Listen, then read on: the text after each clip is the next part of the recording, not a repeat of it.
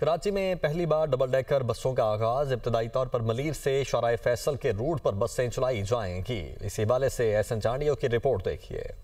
कराची की सड़कों पर फिर चलती नजर आएंगी डबल डेकर बसेज। सिंध हुकूमत की जानिब से कराची में डबल डेकर बस सर्विस का बाकायदा इफ्तिताह कर दिया गया। इस मंसूबे का मकसद शहरियों को बेहतर आरामदेह और बावकार सफरी सहूलियात फराम करना है। डबल डेकर बसेज का किराया पीपल्स बस सर्विस के बराबर रखा गया है ताकि शहरियों की जेब पर इजाफी बोझ न पड़े और ज्यादा से ज्यादा लोग मुस्तफीद हो सकें। डबल डेकर बस सर्विस का इफ्तिताह सीनियर वजीर सिंध शर्जील इनाम मेमन ने किया। इस मौके पर वजीर बल्दियात नासिर हुसैन शाह भी उनके हमरा थे। शर्जील मेमन का कहना था कि उन्होंने दिसंबर 2025 में डबल डेकर बसें लाने का वादा आज पूरा कर दिया।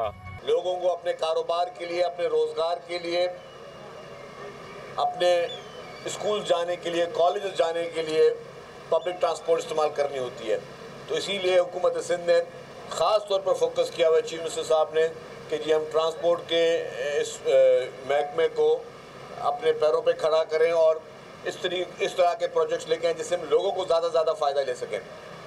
एयर कंडीशन बसेस, कम कीमत में बसेस और हर जो भी मुसाफिर इसमें बैठ रहा है उसका किराए का एक हिस्सा हुकूमत सिंध भर रही है।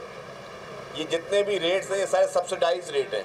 शर्जील इनाम मेमन ने खुद भी डबल डेकर बस में सफर किया और सहूलियात का जायजा लिया, जबकि मुसाफिरों ने डबल डेकर बस सर्विस को खुशाइंद करार दिया। डबल डेकर का हम पहली बार आज सफर कर रहे हैं। पहले तो हम सिर्फ टीवी पे ही देखा करते थे, बैरून ममालिक में ये बसें देखा करते थे और आज हम खुद कराची में इस बस में बैठ के सफर कर रहे हैं। बहुत खुशी हो रही है, बहुत अच्छा लग रहा है।